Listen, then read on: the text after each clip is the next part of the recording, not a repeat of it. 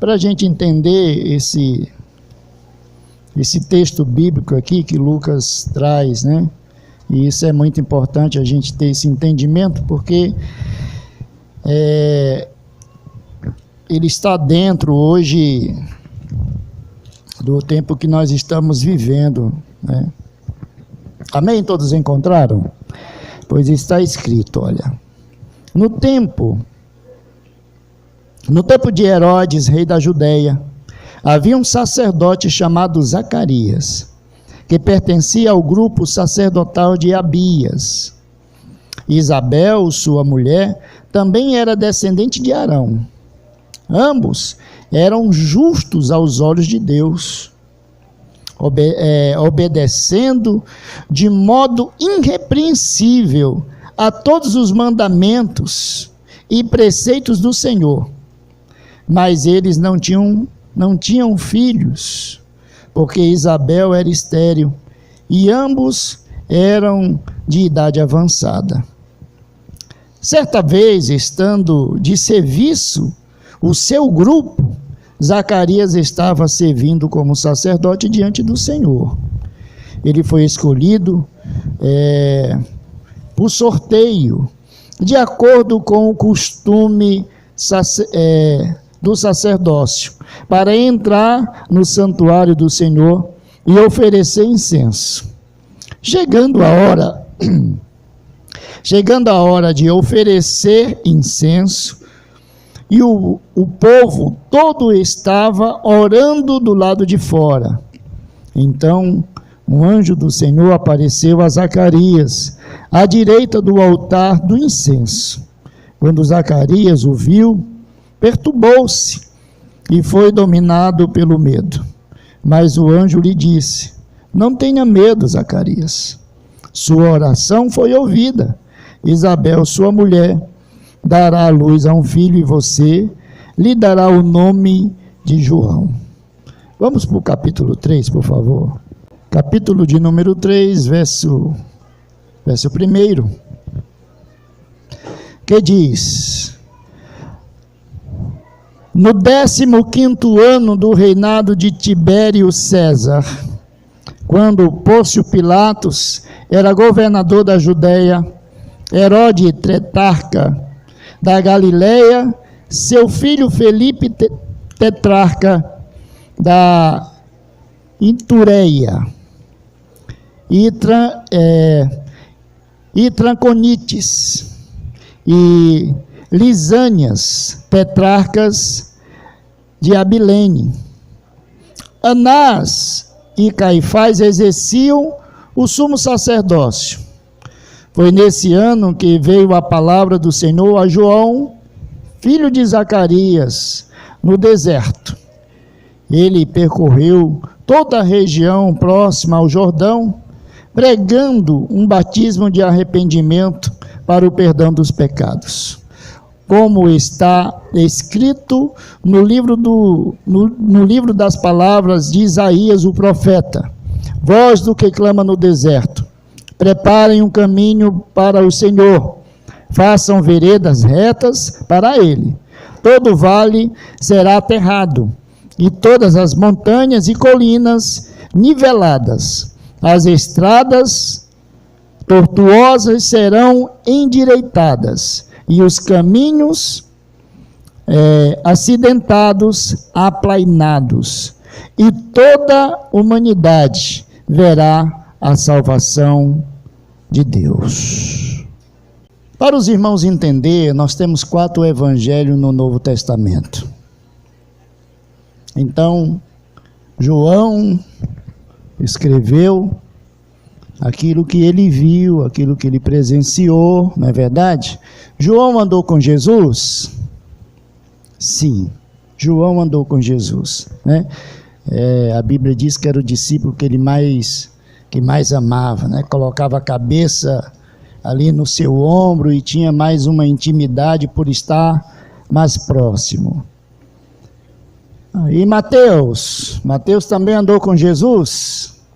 Andou. Então também ele registrou aquilo que nas suas, como se diz, nas suas andanças, né? Ele também viu.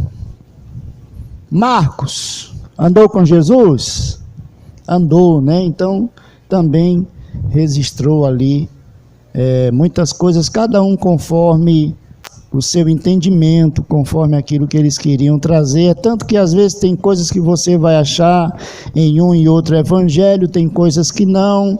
Às vezes um diz que era um endemoniado, outro diz que era 2 endemoniados. Mas isso, gente, não é para gerar confusão. É que cada um está narrando, tá? De acordo com o que eles acham que deve ser narrado, e cada um está abordando o seu ponto de vista, ou está trazendo algo, né? Para a edificação daqueles que estariam lendo. Amém? Não estão entrando em conflito. Os apóstolos não entram em conflito uns com os outros, não. Tem isso aí não, isso é besteira. Lucas andou com Jesus?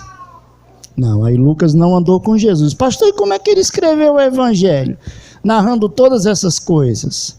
Bom, aí Lucas, né, se você for aí o capítulo 1, versículo 1, você vai ver que Lucas, ele, juntamente com o cidadão, deixa eu ver se eu vejo o nome dele aqui, que eu esqueci. Isso, pronto. Então, o que foi que aconteceu? Um certo estudioso da época, então, resolveram fazer um estudo, né, bem apurado a respeito dos fatos, e Lucas, ele participou dessa questão, né? Então, ele foi pesquisar, foi saber, né, chegava em um lugar e... Você, jovem, foi você que foi curada quando Jesus ainda era vivo? Fui eu. Como é seu nome? Quando foi isso? Então ele começava a registrar todas essas coisas. Aí quem mais estava presente no dia que você foi curada? Minha mãe e meu pai. Eu estava com uma turma de amigas. Quem eram as amigas? Era a Sabrina e a Cauê. Onde elas moram? Rua tal. Aí eu ia lá. Você é a Sabrina? Você estava no dia... Então a pesquisa foi feita de uma forma bem apurada. Os demais evangelhos, como eles andaram com Jesus, quando a igreja começa a crescer, né? Então, lá na frente, eles entendem que havia uma necessidade de eles registrar tudo aquilo ali. Então, eles começaram a registrar aquilo que eles ainda lembravam, né? E Lucas não, ele foi pesquisar, ele foi saber, ver realmente como era, enfim. Então, nessas pesquisas, digamos assim, Lucas, ele encontrou uma coisa espetacular. Além de tudo que ele narra, né, é um evangelho bem apurado e bem fiel aos acontecimentos. Eu, analisando esses primeiros capítulos, é interessante o que Lucas diz aqui, porque Lucas, ele não está trazendo uma narrativa, ele não está só trazendo algo que disseram para ele. Quando Lucas começa a andar e a escrever tudo aquilo que as pessoas falavam, Lucas, ele passa a não mais escrever, mas ele começa o seu livro, ele começa o evangelho de Lucas fazendo uma denúncia, e uma denúncia muito séria, e isso é muito importante nós atentarmos para isso. Porque Deus, o Senhor, ele conduz Lucas a fazer essa denúncia. E isso é muito importante, o que está registrado aqui em Lucas.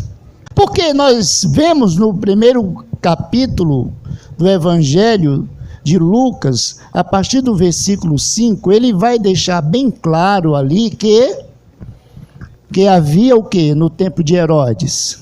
Havia um sacerdote, que o nome dele era o quê? Zacarias. Zacarias, marido de Isabel. Isabel? E ambos eram da descendência de quem? De Arão. Então eles eram eles exerciam o sacerdote legítimo, porque eles eram a continuidade do sacerdócio que começou lá atrás. Então ele estava em um período em que a turma, o grupo dele, porque era dividido, havia outros sacerdotes, então eles dividiam em grupos, e cada grupo tinha a sua responsabilidade de dias e horas para poder estar no templo realizando o seu trabalho. E o texto vai dizer que Zacarias estava nesse período de ele exercer a sua função, o seu trabalho. Então, um certo dia, ele foi ao templo exercer o seu trabalho, oferecer ali incenso, acender o altar do incenso e fazer o seu trabalho como sacerdote ele tinha que fazer. Então, nesse dia, nesse belo dia, a Bíblia diz que o anjo aparece e fala para Zacarias que ele teria um filho porque as suas orações foram ouvidas. Então, se as orações de Zacarias foram ouvidas, isso quer dizer que ele pedia um filho. Só que ele, a sua esposa, já era o quê? Avançado em idade. Mas quem disse que para Deus tem algum problema isso? Tem? Tem algum problema para Deus? Para Deus não há impossível, né? Diz Gabriel para Maria, né? Então, o Senhor promete um filho. Lembrando que o texto deixa bem claro, irmão, tudo que a Bíblia ela destaca, ela vai destacando, isso é importante. Então veja que Lucas, ele fez questão de dizer o quê? E ambos eram tementes a Deus, obedientes a Deus, pessoas que andavam em retidão com Deus, pois eles eram praticantes, obedientes aos mandamentos e estatutos de Deus, e eram tidos diante de Deus como pessoas justas. Era um casal exemplar de crentes. Eram pessoas de bom testemunho, de boa reputação, de homem e mulher de Deus. Era Zacarias e Isabel. Eles eram irrepreensíveis. Gente, para ter um título desse não é fácil não. Ser irrepreensível é a pessoa procurar um defeito e não achar. É ser firme naquilo que verdadeiramente acredita. E eles eram fiéis ao Senhor ao extremo. Então, o Senhor promete o filho, que os irmãos sabem da história. E aí Zacarias fica mudo, porque passa a questionar o anjo, enfim. Mas esse detalhe eu não quero falar nesta noite. Eu quero ir a um outro detalhe que Lucas vai chamar a atenção. Isso no capítulo 1. No capítulo 3, aí Lucas ele vai trazer uma denúncia, não uma narrativa histórica ou um registro histórico. Aqui Lucas ele vai fazer uma denúncia. Olha o que é que ele diz, ó. No 15º ano do reinado de Tibério César. Aí ele vai dando aí quem governava onde, quem estava onde, né? E aí ele diz, ó, no versículo de número 2. Anás e Caifás exerciam o sumo sacerdócio. Jesus, quando ele foi pego e foi levado às autoridades, diante de quem Jesus foi? Anás e Caifás. É exatamente aqui onde está a denúncia. Lucas não está fazendo um registro de um acontecimento, ele está fazendo uma denúncia, porque no capítulo 1, ele deixa bem claro quem era o sacerdócio, quem estava exercendo o sacerdócio. Zacarias, pai de quem? Pai de João Batista. Então, depois Lucas vai dizer o quê? Assim como os demais também vão registrar. E apareceu no deserto da Judeia um homem chamado João Batista, vestindo pele de camelo e comendo o quê?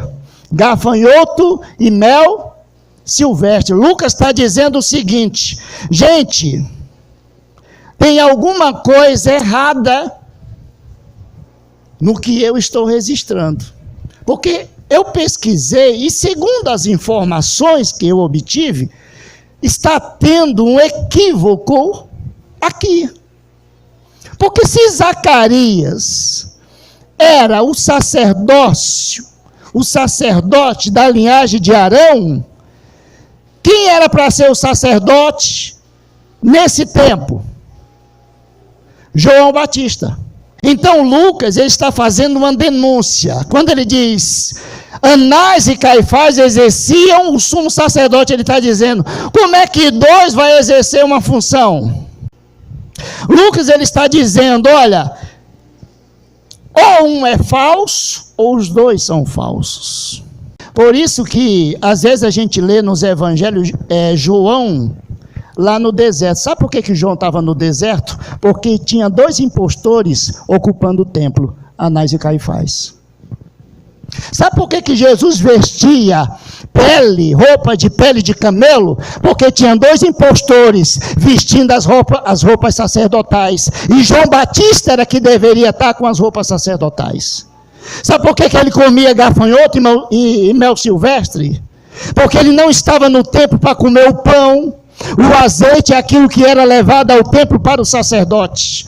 Quando a Bíblia dá destaque a essas coisas, não era porque era uma coisa comum. A Bíblia está chamando a atenção para algo que estava sendo feito de forma injusta. Quando Deus estabelece o seu plano na terra, havia impostores no templo, e Deus olhou e disse, bom, o templo está ocupado, mas quem disse que isso vai atrapalhar os meus planos? O Senhor pega João Batista, cheio do Espírito Santo, leva ele para o deserto e diz, aí João, começa teu ministério, começa a preparar o caminho, endireita as veredas, porque o rei dos reis está vindo. E ali estava João Batista pregando no deserto da Judeia. O principal sacerdote de Deus não estava no templo, ele estava no deserto. Não estava com vestes sacerdotais, ele estava vestido com roupas de pele de camelo. Não estava se alimentando dos pães da propiciação, ele estava se alimentando de gafanhoto e mel silvestre. Mas todavia o Espírito do Senhor estava sobre ele. Deixa eu dizer uma coisa para você aqui nesta noite: você pode não estar em uma posição como muito está, mas Deus, se Deus lhe trouxe para cá, então Ele vai usar você, porque o que importa é estarmos na direção de Deus e o show do Espírito Santo. Nós podemos não estarmos com as roupas sacerdotais, mas quem disse que isso vai impedir a obra de Deus? A gente veste pele de camelo e dá no mesmo, porque Deus vai exercer a sua obra através da minha vida e da sua vida. Porque o que nós estamos vendo hoje são muitos impostores. Os Anás e os Caifás estão aí.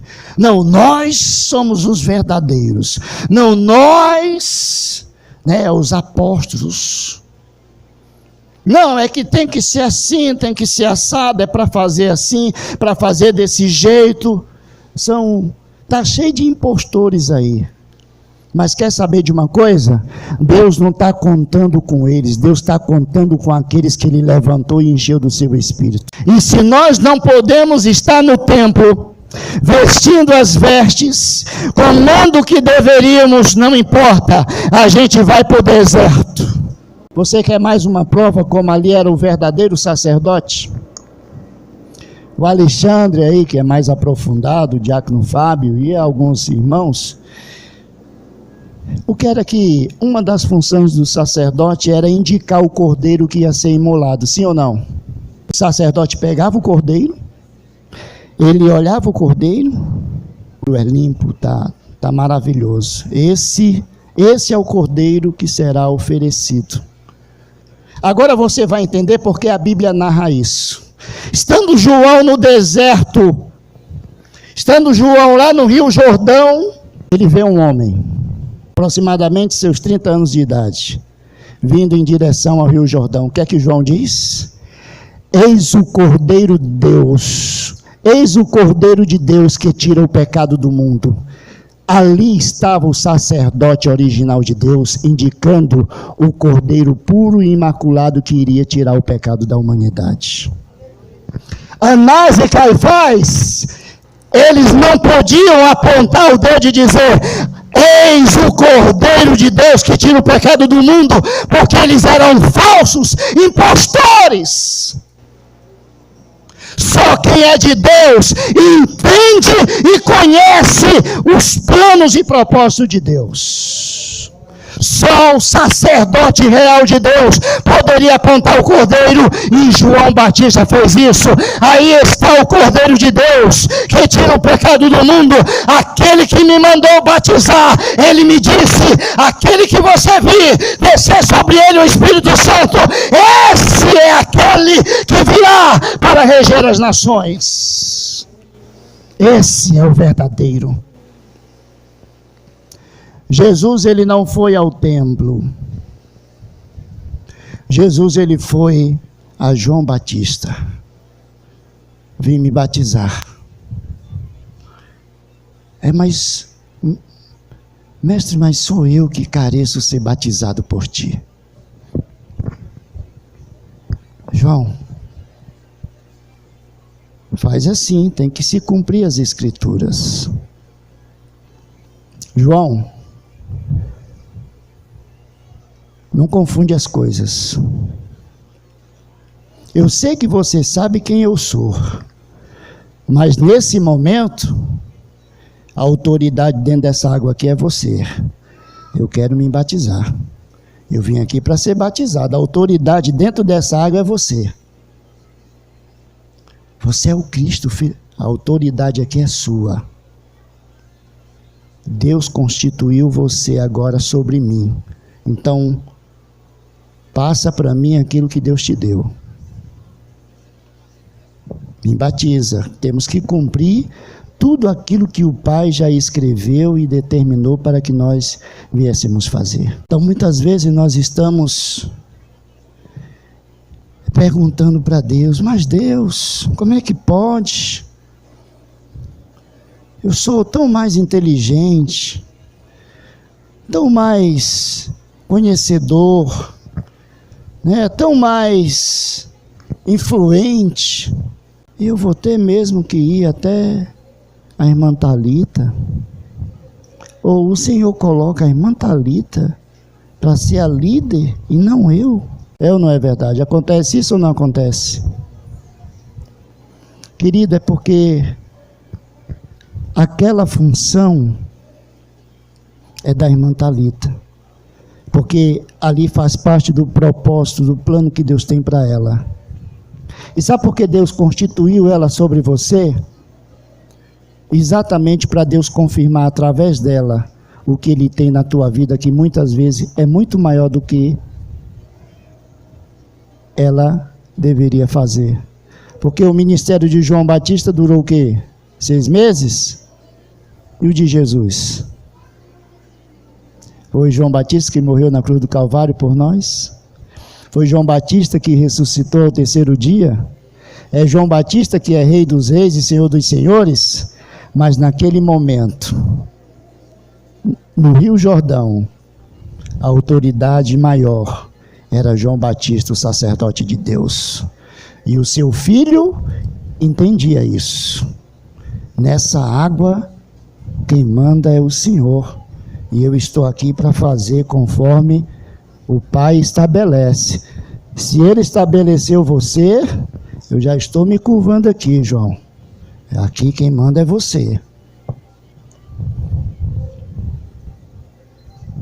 Querido, quando entendemos o propósito de Deus, nós não temos dificuldade em obedecê-lo, amém? Quando entendemos os propósitos de Deus, o plano de Deus, nós não temos dificuldade em obedecer. Nós nos curvamos diante de qualquer que seja que Deus tenha estabelecido. Embora não esteja com as roupas sacerdotais, mas é um sacerdote. Porque quem disse que Deus ele vai ficar esperando. Deus mandou eu tenho que confeccionar uma roupa sacerdotal para João Batista, porque tem 2 impostores lá no templo, Anás e Caifás estão lá. Um recebeu o sacerdócio e o outro que saiu não quer deixar de roer o osso, então preferiram deixar os 2. Então eu vou preparar uma roupa para o meu sacerdote João Batista. Deus se preocupou com isso? Não, João Batista veste essa roupa aí mesmo. De pele de camelo isso. Vai, se veste aí. Vai para o deserto, vai lá. Vai batizar o povo, rapaz, vai pregar arrependimento. Não fique olhando aí para a roupa, não. João Batista não estava nem aí. Deixa Anás e Caifás lá, se vestindo, o melhor perfume, as melhores comidas. Mas o propósito de Deus estava no deserto. Aleluia. E aí Deus começa a fazer uma grande obra através desses homens. Então, querido, entenda uma coisa. Lucas, ele faz essa denúncia porque isso é muito importante. Porque hoje nos nossos dias não é diferente. Há muitos impostores, reverenciado e às vezes até adorado por uma grande multidão, assim como Anás e Caifás. Eles falam, é lei, tem que fazer. Mas eu quero fazer uma pergunta: onde está ou aonde estão os sacerdotes de Deus desses últimos dias? Onde estão o João Batista que Deus levantou nesses últimos dias? Onde estão aqueles que Deus levantou para esses últimos dias? Eles podem não estar em uma rede de televisão, podem não estar em um programa de rádio, ele pode não estar em um templo luxuoso, mas Deus tem os seus e eles estão neste momento pregando o arrependimento e conduzindo o povo à verdade. Aleluia! Deus tem os seus, querido. Nada saiu do controle de Deus. O negócio está bagunçado? Está bagunçado, mas Deus não perdeu o controle. Os seus continuam glorificando, exaltando, adorando. Deus continua enchendo com o Espírito Santo. Deus continua fazendo, Deus continua realizando, porque os seus não pode se misturar, não pode estar olhando, não pode estar almejando, mas só vai dar certo se eu estiver no templo. Não, se Deus está te conduzindo para o deserto, vai para o deserto. Para onde Deus te conduzir, deixa Ele te conduzir e realiza o que Deus quer que você realize nesses últimos dias. Porque o que importa para Deus é a realização do projeto dEle na sua vida e através da sua vida. Para Deus o que importa é isso. E não se preocupe, porque assim como Zacarias e Isabel estavam longe de ter filhos, quem foi que disse que nós somos estéril? Quem foi que disse que você não vai gerar? Você vai gerar. Você não é estéril. Você não é estéril, você vai gerar. Porque no Gênesis Deus disse: crescer e... pastor, mas isso é de uma forma genética mesmo, né? E o que foi que Jesus disse? Ele disse que nós iríamos também gerar, fazer, não ser estéril. O que é que a Bíblia ensina? Já preguei sobre isso. Uma árvore que frutifica é estéril?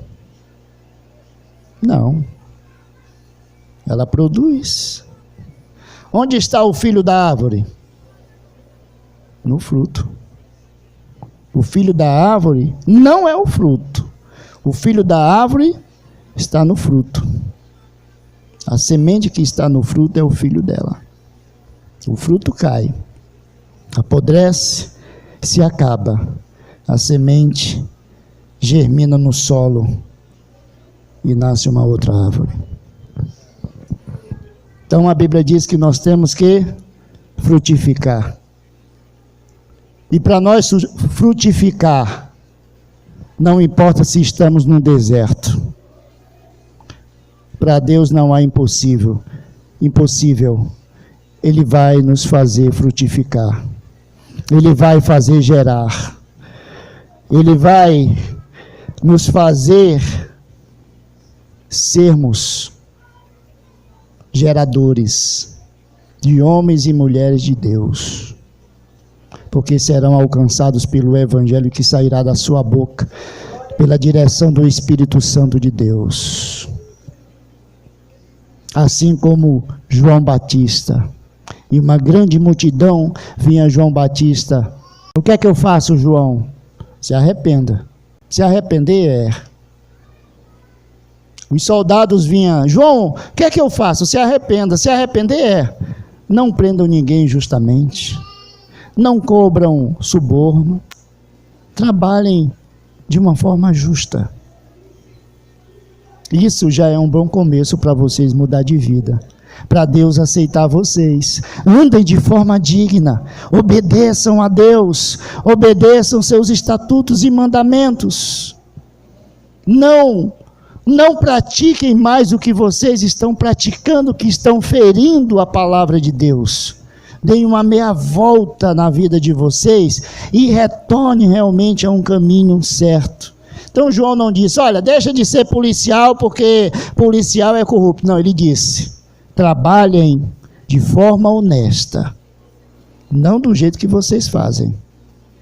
Vocês são uma sanguessuga. Vocês batem em pessoas injustamente, vocês prendem pessoas injustamente, vocês cobram suborno para não prender pessoas, e prende pessoas que não têm culpa nenhuma.